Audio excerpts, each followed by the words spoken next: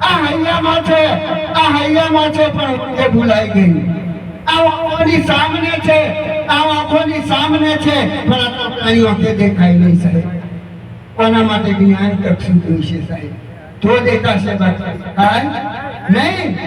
એટલે ખરેખર સમજણ વગરનું જીવવું, જીવો વરસ હજાર, સમજીને જીવો કરીએ તો બેરો. કારણ કે સમજીને જીવો, ઓછું જીવો પણ સારું જીવો. હે કેટલું જીવ્યા એ મહત્વનું નથી, પણ કેવું જીવ્યા છો એ મહત્વનું છે. એટલે થોડું જીવો પણ સમજી જીવો. કારણ કે એવું છે કે સમજણ વસ્તુ સાચી, બાકીનું બધું બકવાનું. આ તો અખંડ કરશે ન્યારું, આ જોણે એને રહેવાનું. આ તો જે જોણે એને રહેવાનું છે ને સાહેબ, ના જોણે એને હું અખંડ કરશે.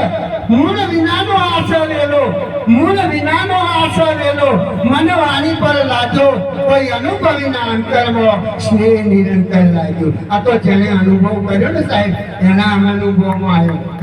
અનુભવ કરવો પડે. જ્યાં સુધી અનુભવ ના કરીએ ને તો સુધી મેર પડે નહીં. એને અનુભવ કરવો પડે, તારે બદલાવવું પણ પડે ને. ના બદલાવવું પડે.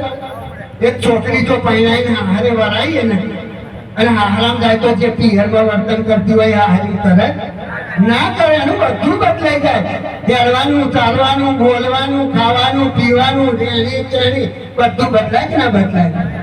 અને આપણે જો સદગુરુ ચરણે જવાય તો આપણું બદલાય કે ના બદલાય?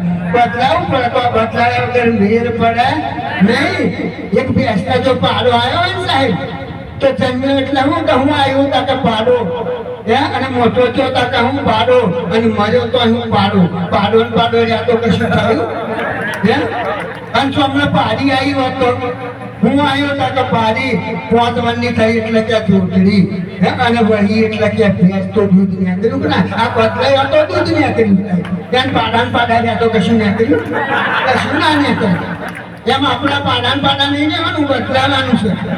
બદલાયા વગર મેર પડે નહીં. એટલે જ્યાં સુધી આ જૂનું કાઢીએ ને નવું કાઢીએ, પણ જૂનું કાઢવું પડે ના કાઢવું પડે. ગળામાં ખરાબ પાણી હોય અને મેં નવું કરીએ સારું પાણી, તો પેલા હારાને ખરાબ કરે કે ના કરે? પણ પેલા પેલું જૂનું કાઢવું પડે. પણ આપણે જૂનું કાઢવું નહીં, પેલું નવું રેડવું છે.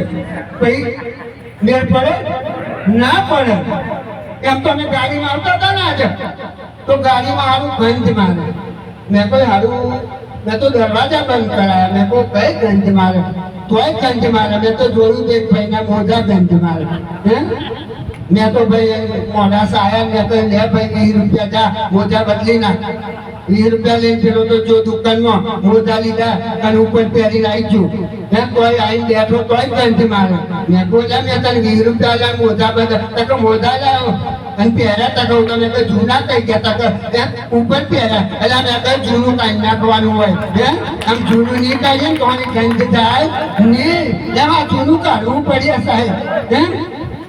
આ જૂનું કાઢવું પડે તો જ નવું પહેર, બાકી પહેર નહીં. એટલે જૂનું કાઢવું પડે સાહેબ. જૂનું કાઢ્યા વગર મેર પડે નહીં. આ તો નામ લિયા તો સબ લિયા, સકલ શાસ્ત્ર કા ભેદ, बिना नामे नरके गया परकर चारो वेद. આ નામનો મહિમા સાહેબ જોણો પડે. કારણ કે બાપુ હતા ને, બાપુ 12 ગામ ગયા, તો પેલા 12 ગામ ગયા ને તો પેલા બેને ઢોકળો બનાવ્યો. તો પેલા બાપુ તો ઢોકળો બહુ ભાવ્યો. તો પેલા બાપુ તો ઢોકળો નામ ભૂલી જાય, પણ પીરું પીરું પોચું પોચું યાદ રહી ગયું. નામ ભૂલી જાય બાપુ. એટલે એમની પત્ની કે પેલું પીરું પીરું પોચું પોચું બનાય. પેલી નોમ વગર બચારી હું બનાવે? પણ પેલા તો બસ હઠ લીધી કે પેલું પીરું પીરું પોચું પોચું બનાય. પેલી બિચારી કે માલપુઆ બનાવું, ઢેગરો બનાવું, ભજીયો બનાવું, પણ પેલા કે ના પીરું પીરું પોચું પોચું.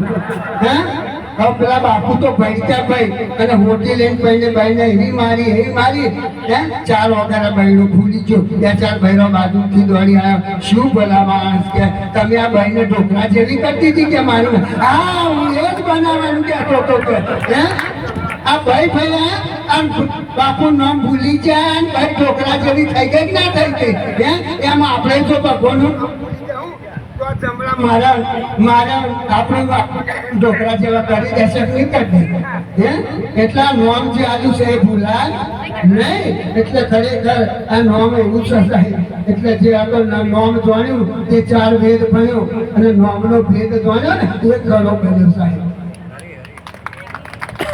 કાકા તમે દરેકને પૂછો તો કોઈ સુખી છે તમે દરેકને પૂછજો કોઈ સુખી છે કોઈ ગમે દુઃખ તો હશે કોઈ તનથી દુઃખી કોઈ ધનથી દુઃખી કોઈ મનથી દુઃખી થોડે સબ દુઃખી પણ એક સુખી હરિનો દાસ એક સુખી હરિનો દાસ એટલે તો પેલું કહ્યું છે ને તું જોને વિચારી ભાઈ મારા કે સુખ તને મોદે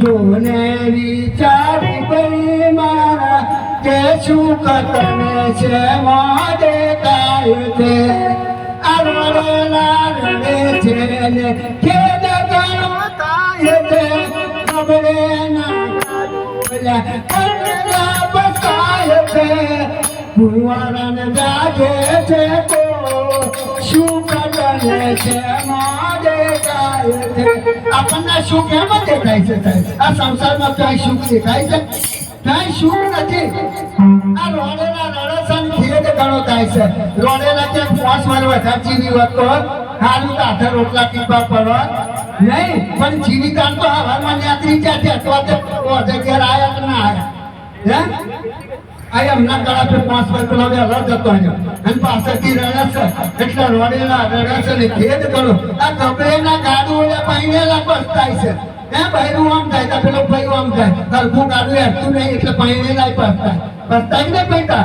ગાડીનો બે પૈડો હરખો હોય ને વારથી હોય તો ગાડી ચાલે પણ એકમાં ના હોય તો ચાલે ના ચાલે બે હરખો જોઈએ એટલે કહ્યું ને નારી સો એક મતું તો સરગાપુરમાં થાય છે હા આ બે એક મતું હોવું જોઈએ પછી એક ભાઈ હતા તે પેલા બેન ના પિયર જવું હતું ને તો સ્ટેશને મૂકવા છે તો સ્ટેશને 5-10 મિનિટ ગાડીની વાર હતી તો તે પતિ પત્ની મોકળા પર બેઠો પેલો ભાઈ પેલી પત્નીના ખોળા માથું મૂકીને રડે એટલે પેલી બેન ત્યાં ગ્રહની ગાડી દર્શન ચાંદની પાછી આવશું લેવા રડો છો તાર બીજો ભાઈ એકલો મોકળા પર બેઠો રડે તો પેલો પેલાને પૂછવા જો મારે તો જાય છે કે રડું છું તું હું લેવા રડે તમારે જે ગ્રહની ગાડી જાય છે ને એ ગ્રહની ગાડી મારે આવે છે એટલે રડું છું આવો છો હોય તો મેળ પડે ના પડે સાહેબ આ તો નર નારી સો એક મતું તો સરગાપુરમાં થાય શકું સાહેબ આ એક મતું આવવું જોઈએ સાહેબ બે પડો હરવાય કદી ચાલે નહીં એટલે ખરેખર નહીં થતો તો ભક્તિ કરવાથી શું થાય ભજન ગાવાથી શું થાય જો ઘટનું અંધારું ન જાય તો ભક્તિ કરવાથી શું ફાયદો આ ઘટમાંથી રાગ દેશ મારું તારું ના જાય તો ભક્તિ કરવાથી શું ફાયદો સવારમાં પેલા 4 વાગ્યાના ઉઠે ઠંડે પાણી લાય હકા ભાઈ નું હારું દેખી અને દિલમાં લાગે લાય આવી ભક્તિ કરવાથી શું ફાયદો કશો ફાયદો નહીં એના કરતા ના કરવી હારી આ તો દેખા દેખીની ભક્તિ કરે અને ભગતમાં ગણાવે શાંત પામે શબ્દ કા તો મોક્ષ કહાં સે પામે શબ્દ હું કહેવા માંગે છે મને ખબર ના પડે તો મોક્ષ ક્યાંથી મળે ભજન ગમે એટલો કહીએ ગમે એટલા સત્સંગ કરીએ પણ શબ્દ હું કહેવા માંગે છે એ જ્યાં સુધી ખબર ના પડે અને અમલમાં ના મૂકીએ તો સુધી મેર પડે નહીં એને અમલમાં મૂકવું પડે જ્યાં સુધી અમલમાં મૂકીએ નહીં ત્યાં સુધી કામ લાગે નહીં એમ તો પેલા શેઠ હતા ને એમને પોપટ પાડેલો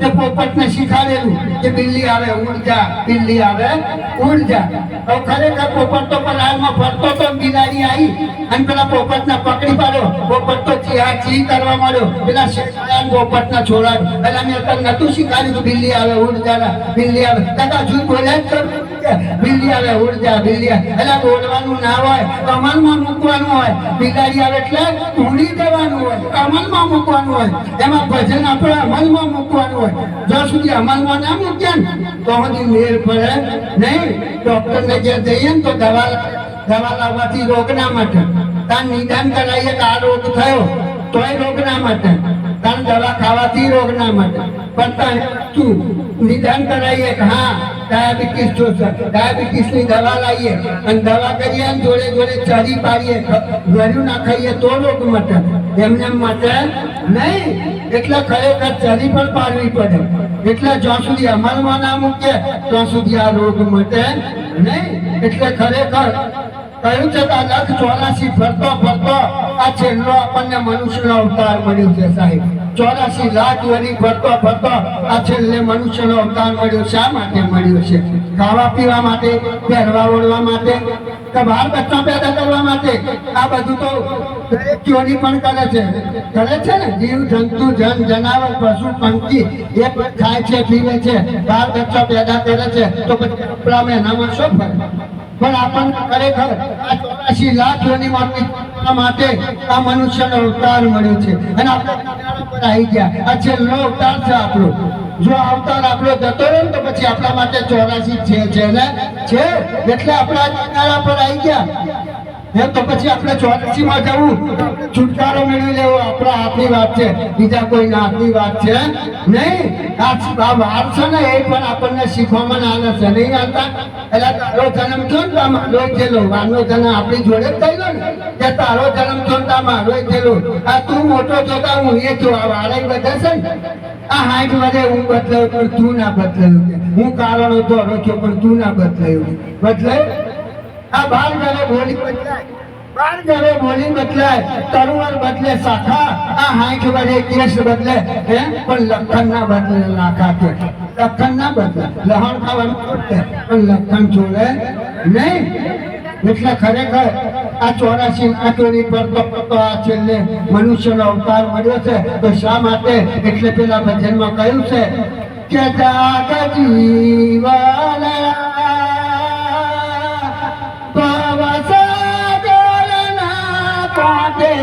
આયેલું નામ